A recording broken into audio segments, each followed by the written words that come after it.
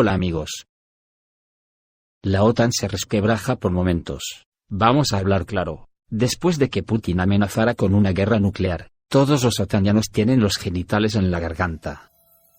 Ayer fue Hungría, que por lo que se ve, cuando el Orbán visitó a Putin en Moscú, se quedaría tan impresionado que igual todavía no le ha llegado el color a la cara. Es hasta posible que le llamase a Emmanuel Macron para decirle que mejor que no vaya, para ahorrarse el mal trago. Pero si queréis oír una buena, escuchar. Ahora resulta que la ex ministra de Relaciones Exteriores de Austria, Karin Kneis, dice que Putin tenía razón en sus advertencias en el discurso de Múnich de 2007. El presidente ruso, Vladimir Putin, tenía razón en sus palabras y advertencias en un discurso de 2007 en Múnich. Así lo afirmó la ex ministra de Relaciones Exteriores de Austria, Karin Kneis. En ese momento estaban hablando de una nueva guerra fría que comenzaría pronto, antes del inicio de la guerra en Georgia, por lo que el discurso en realidad estaba en una fase intermedia.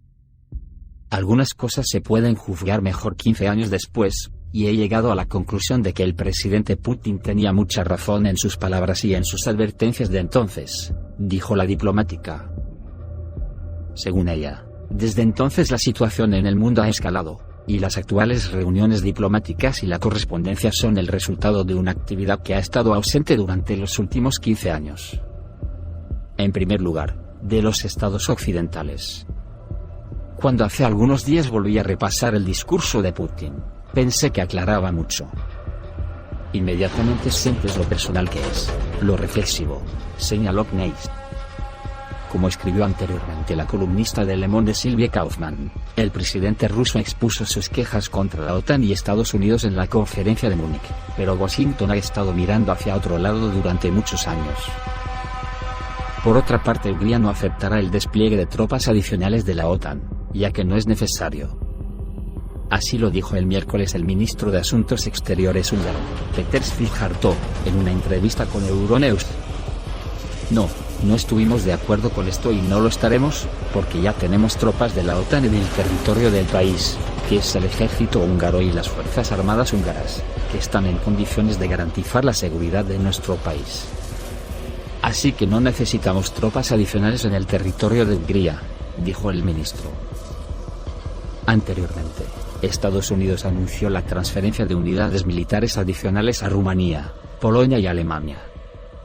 Como explicó el Pentágono, alrededor de 1.000 tropas estadounidenses serán enviadas a Rumanía desde Alemania, y alrededor de 2.000 tropas más serán transferidas a Europa desde Estados Unidos. El portavoz del Pentágono, John Kirby, informó que no participarían en posibles hostilidades en Ucrania, pero que proporcionarían una defensa confiable para los aliados de la OTAN.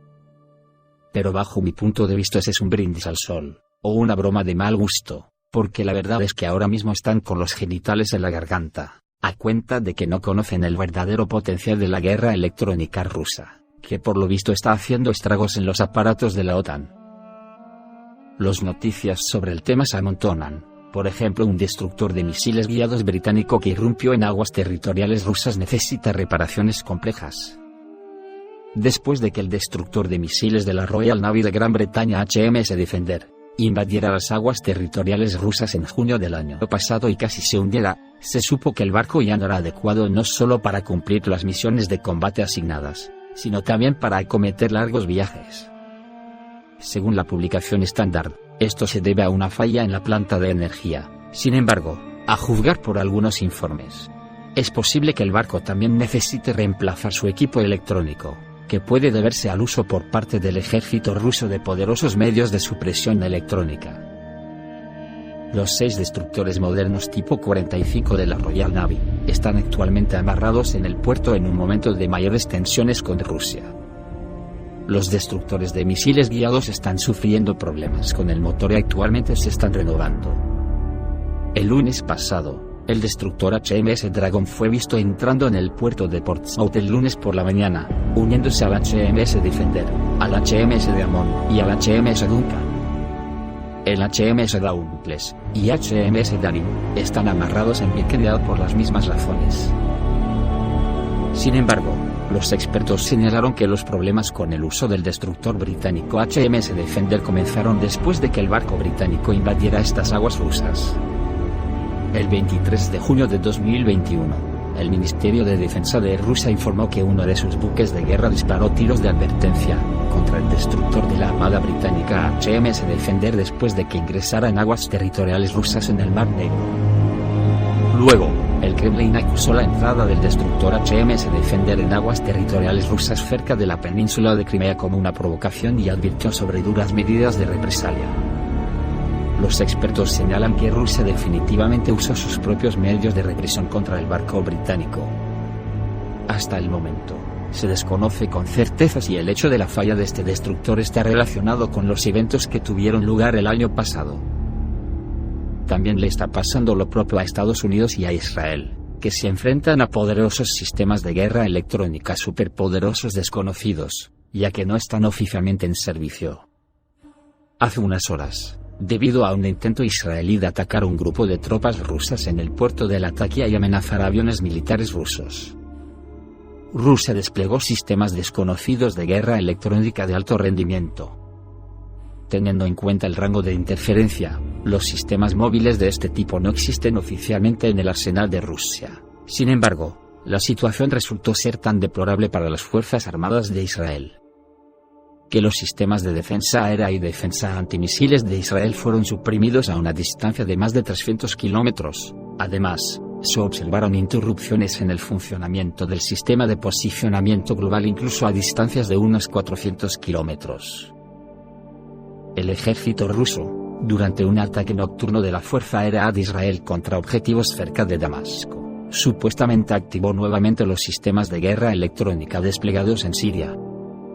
Como confirmación, se dan los datos del servicio FR-24, donde se ven violaciones en la determinación de las coordenadas GPS de las aeronaves en el área del aeropuerto Ben Gurion en Tel Aviv, según informa el canal Telegram del Observador Militar. Los expertos señalan que si las Fuerzas Armadas de Israel no dan una explicación adecuada de sus acciones, Rusia puede usar constantemente sus sistemas de guerra electrónica contra Israel. También a Estados Unidos le están provocando un descosido los sistemas de guerra electrónica rusos, ya que desactivaron los sistemas a bordo del F-22 estadounidense sobre Siria. El ejército ruso utilizó poderosos sistemas de guerra electrónica contra el caza estadounidense F-22.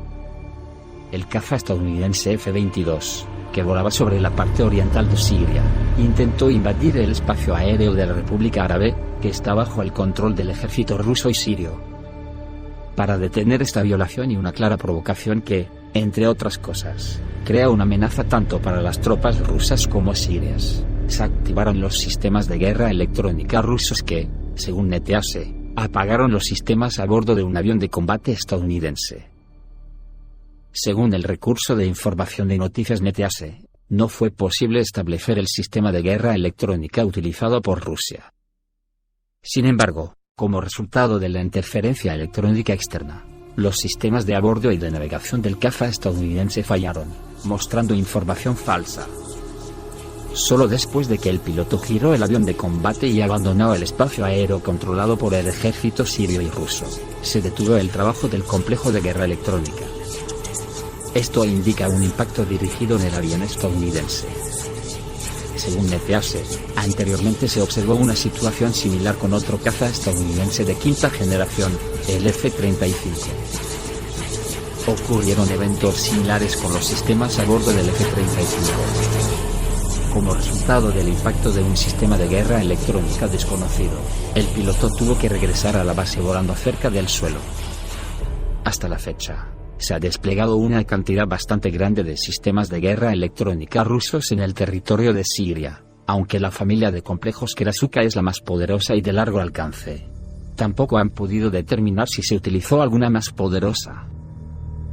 Por contra, después de que Siria neutralizó totalmente un ataque israelí la noche pasada, destruyendo todos los misiles y atacando a los cazas israelíes con los S-200 de la era soviética, la cúpula de hierro israelí no derribó un solo misil antiaéreo sirio disparado por el sistema de defensa aérea S-200.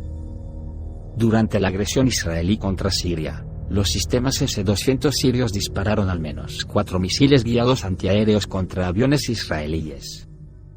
Este último logró volar a la parte central de Palestina. Sin embargo, ninguno de los sistemas israelíes de defensa aérea Iron Dome pudo interceptarlos.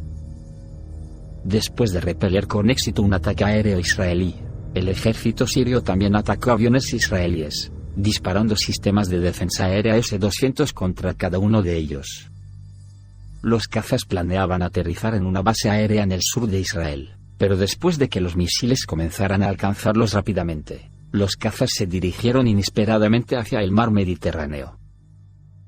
Se sabe que los pilotos israelíes esperaban que los misiles antiaéreos disparados fueran interceptados por los sistemas de defensa aérea Iron Dome. Sin embargo, según los medios israelíes, Rusia utilizó sus sistemas de guerra electrónica contra Israel. Como resultado, ninguno de los misiles fue interceptado. Al mismo tiempo, los expertos señalan que los sistemas de defensa aérea sirios no tenían suficiente alcance, ni la velocidad de los misiles de la era soviética era suficiente para derrotar a los cazas israelíes.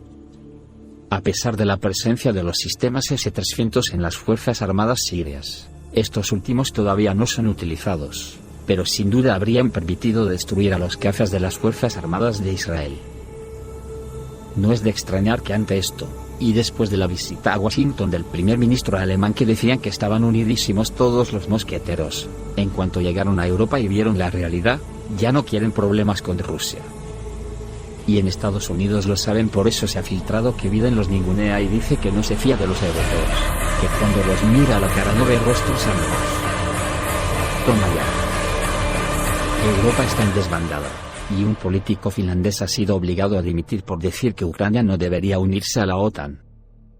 A pesar de que Finlandia se ha resistido durante mucho tiempo a los llamamientos para encaminarse hacia la entrada en la OTAN, aunque cooperando estrechamente con la alianza militar. Esta semana ha surgido un escándalo político después de que un importante político finlandés declarara que debería quedar claro que Ucrania no se unirá a la OTAN.